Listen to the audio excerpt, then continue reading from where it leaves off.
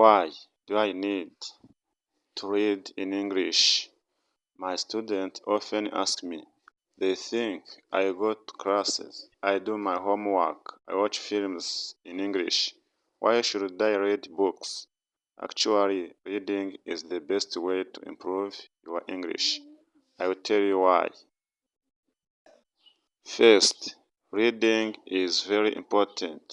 Not only did 1 in 4 people go to university in the past, but now more people go to university.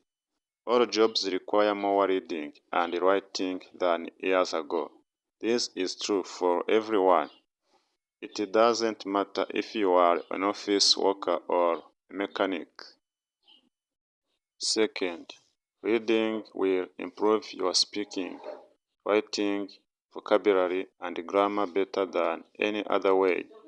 It won't improve your listening directly, but it will improve your vocabulary. When you have a better English vocabulary, you can listen more easily and improve your listening that way. In school, you probably read a lot of English boring textbooks and stories with exercises at the end, but I'm not talking about that. I'm talking about reading for pleasure. That means reading a book you enjoy because you enjoy it. You are not reading because your teacher said, read this book. You are not reading because you think, I should read this book. You are reading because you want to. In an experiment in schools in America, they gave some boys free books. They were fun books like James Bond. They said, you can do what you want. You don't have to read the books. But boys did read the books. They read a lot of books. Some boys read a book every 2 days. After years, they gave the student a test. The student who got the books got better at reading and writing, and they liked school more. The student who did not get the books did not get better at reading and writing. In fact, some of them got worse. This isn't just true for native speakers. They also did an experiment on students learning English in the Fiji Island. They tested 3 ways to teach. The first way was normal English teaching, with grammar, classes, exercises, and so on. The second way was reading in silence. The students read books in class. The third way was reading together. The teacher read books to the students.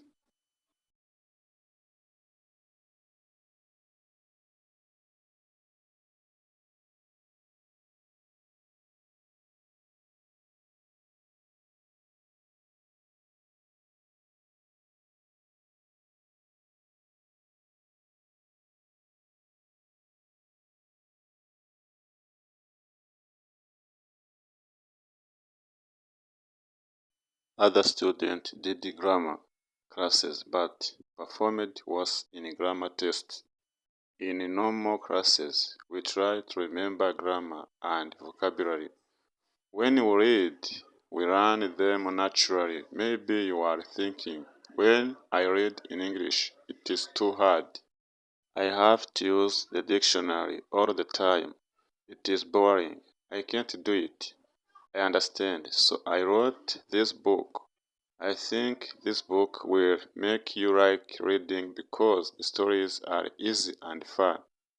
The early stories are short and easy, and the later stories are longer and hard.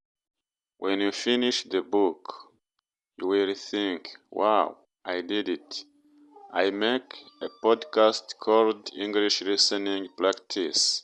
9 of the stories in this book I wrote for English listening practice. One of the stories I wrote for this book. But when I made this book, I made the stories better.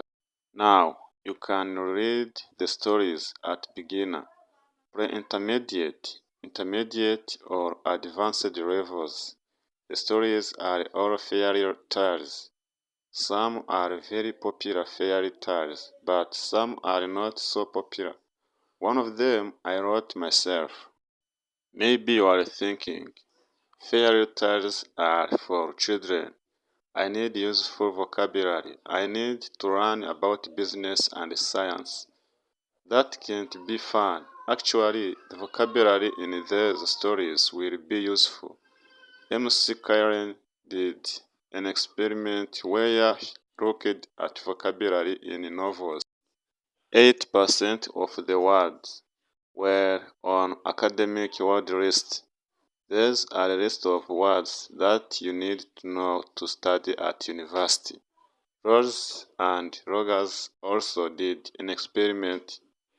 They asked if students read a million words of science fiction, will they learn important science words for studying at university? The answer was yes. So, yes, fairy tales are useful for you too. But I understand. If you still don't believe me, when I learned about all this, I found it hard to believe too. But I like to try new things, and I love learning languages. So, in 2017, I decided to do an experiment. I had wanted to learn Spanish for a long time, but I didn't learn much in normal classes. I said, I will read a million words in Spanish. Afterward, I will see what my level is. A million words is about 40 novels, so it was a lot of work. I started with very easy reading like this book. Then I started reading translations of books that I knew in English. For example, I had read Harry Potter and Game of Thrones in English, so I read them in Spanish too. Finally, I read new books in Spanish. I read Latin American authors such as Isabel Allende, George Louis Borg, and Manuel Puig. I loved them. I also listened to podcasts, but I always read the transcripts and added to the words. To my goal, after I finished reading a million words, I wrote and talked to native speakers. I was at an intermediate level. I could understand almost everything I read. I could understand people when they spoke clearly, and I could have conversations. I had spent most of my time reading, not speaking. In 1 year, I learned more than most students learn in 2 years. I didn't try to remember grammar and vocabulary. I learned them naturally. Maybe you are thinking, I don't believe this. Or maybe you are thinking, wow, I'm going to read for hours every day. But I have to say something very important. You must read books that are easy and fun. If a book is too difficult or too boring, put it down and find another one. Stephen Krashen, an expert in language teaching, says only read things in English that are funny and interesting. Read things that are really easy, that you wouldn't read in your native language because they are too easy. So, you can read comics, magazines, detective stories, romance stories, and so on. Don't feel bad about reading translations. If you read very easy books, when you see a word you don't know, you will understand the meaning easily. You won't have to use a dictionary. So, what is easy? Experiments show that you should understand at least 98% of the words in the text. 98%? That is so high, I know. But let me show you an example. Here is a text where 50% of the words are not real words. So you should understand 50% of the words. Jerry fled out of bed and opened the curtains. He blamed to himself as he made breakfast. He made coffee and put butter on his buffer. Someone called his phone and he picked it up. He was very surprised by who was tangling, so his ink fell on the floor. Is that easy to understand? Could you read a whole book of that? Here is the same text, but only 2% of the words are not real. So you should understand 98% of the words. Jerry jumped out of bed and opened the curtains. He sang to himself as he made breakfast. He made coffee and put butter on his toast. Someone called his phone, and he picked it up.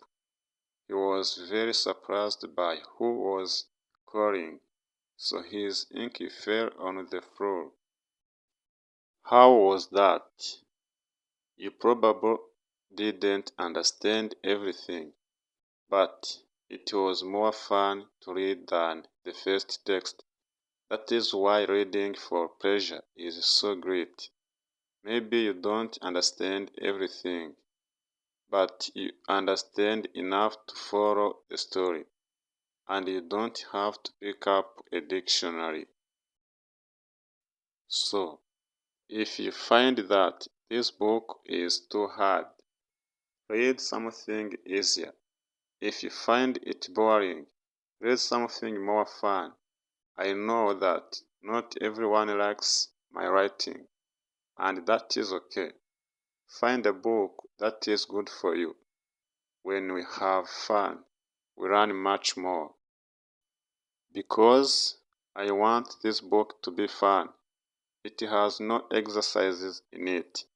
I thought about adding them after each story, but I don't think it is a good way to spend your time. Instead, you should read more. Read for pleasure. If you finish this book, can you try the level above? Because you already read the stories, you will know them well, and it will be easier to understand. But maybe when you finish this book, you will love stories. I hope so. If you do want to read more, you can listen to my podcast, English Listening Practice. I write a new story every week with audio and text, and there are over 100 episodes for you to listen to. We can improve our English with such beautiful stories. Let us listen to this story. This will improve your English speaking skills unprecedentedly. Do you want to improve your English? Do you want to speak English more fluently? You see, the English language changed my life. I was born in Hong Kong, so English is not my first language. My first language is actually Cantonese. My second language is Mandarin because my mother is from Taiwan, and my third language is English. So when I first immigrated to North America, I couldn't speak a word of English. And I know some of my fans have said that you are turning into my videos because you want to learn how to speak the English language. I find that is kind of interesting. So today, I want to share with you 5 steps to improve your English fluency. 5 things that I did to learn the English language. Step number 1 to improve your English fluency is actually very simple. Don't give a damn. That is right. Don't give a damn. Speak whenever, wherever, however. It doesn't matter if you speak with an accent. I still speak with an accent and I talk to tens of millions of people every single month. It doesn't matter. Forget how people will judge you. Forget how people will think of you. All of this stuff doesn't matter. Just speak as much as you can. If they don't understand you, say it again. If they still don't understand you, say it again. So guys, I wish to stop at here. Make sure you subscribe for more videos. See you in the next part of this video.